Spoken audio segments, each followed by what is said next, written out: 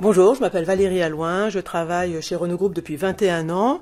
Je suis chef de projet ressources humaines et je suis aussi leader de We Are Outstanding, le réseau des employés LGBT+ et alliés de l'entreprise depuis 2015. À la lecture du baromètre, 2 points m'ont interpellé. Le premier, c'est l'augmentation des LGBT-phobies et le deuxième, c'est la non-progression de la visibilité. Sur l'augmentation des LGBT-phobies, j'ai un constat qui va peut-être vous surprendre. Si je regarde ce qui s'est passé chez Renault depuis ces dernières années, je me rends compte que finalement, c'est peut-être pas une si mauvaise nouvelle que ça.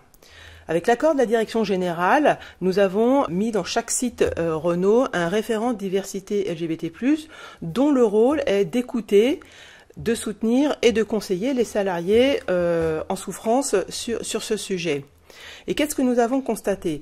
C'est que la parole s'est libérée, nous avons eu quelques salariés qui sont venus solliciter les référents. Et pour moi, ça c'est une très bonne nouvelle, même si mécaniquement, on peut dire que les LGBT-phobies ont augmenté, puisqu'avant, avec les canaux d'alerte traditionnels, on ne les mesurait pas, il n'y avait aucune remontée, et on avait la tentation de dire pas de remontée, pas de problème, alors que là, on en a, mais au moins, on a pu libérer la parole, on a pu diminuer la souffrance de certains salariés et on a pu sanctionner les comportements LGBT-phobes. En même temps, ce que j'ai constaté en tant que leader de réseau LGBT+, de Renault, c'est que cette libération de la parole, ce qui arrive quand on brise un tabou, elle a un effet paradoxal.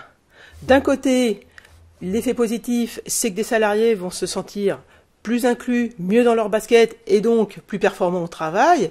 Et le revers de la médaille, c'est qu'aussi, ça va décomplexer les détracteurs, les LGBT-phobes, et eux aussi vont s'exprimer. Et donc, potentiellement, on pourra constater une hausse, que j'espère momentanée, des LGBT-phobies. J'ai envie de dire à toutes les organisations qui nous regardent, prenez ce risque de briser des tabous, prenez ce risque de libérer la parole, car même si il peut y avoir une augmentation momentanée des LGBT-phobies, c'est comme ça que nous progresserons sur les comportements inclusifs en entreprise. Le deuxième constat que je fais du baromètre, c'est la non-progression de la visibilité. Et ce constat m'amène à me poser une question, finalement, est-ce que l'orientation sexuelle est un sujet visible ou invisible dans l'entreprise ? Une collègue femme qui vient me voir et qui me dit mon mari a eu un très grave accident, il vient d'être hospitalisé, les mois qui vont suivre vont être compliqués. Qu'est-ce qu'elle vient de faire? Elle vient juste, naturellement, inconsciemment, révéler son orientation sexuelle, elle est hétéro. Moi, j'ai eu la même situation il y a quelques années. C'est-à-dire que mon épouse a eu un grave accident, elle était hospitalisée, sauf que moi, ça tombait le jour où j'intégrais pour la première fois une nouvelle équipe. Et dans ces cas-là, je fais quoi? Est-ce que je fais comme 70% des salariés LGBT+, vivant en couple, qui ne mentionnent pas le genre de leur partenaire? Ou est-ce que je m'autorise d'avoir le même droit que ma collègue et de mentionner le plus naturellement possible le genre de ma partenaire? Bon, il se trouve que ce choix, je l'ai fait. J'ai décidé d'avoir le même droit que 90% des salariés non LGBT en entreprise et de mentionner le plus naturellement possible le genre de ma partenaire. La question qui se pose derrière, c'est que si finalement 90% de l'orientation sexuelle est visible dans une entreprise, pourquoi celle des LGBT ne l'est pas?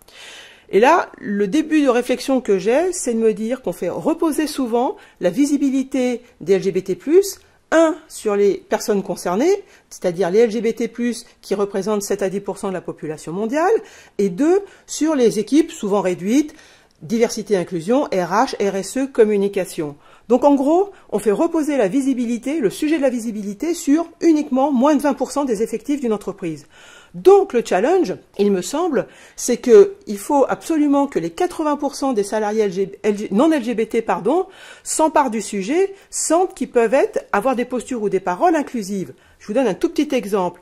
Si, quand vous croisez un nouveau collègue ou une nouvelle collègue, au lieu de dire simplement « Qu'est-ce que tu as fait ce week-end avec ton mari ou avec ton épouse ?», juste tendre une perche en disant « Valérie, t'as fait quoi avec ton mari ou avec ton épouse, avec ton compagnon ou ta compagne ?» Ça prend quelques secondes, ça coûte pas des milliers d'euros et vous permettez aux salariés LGBT+ d'exister.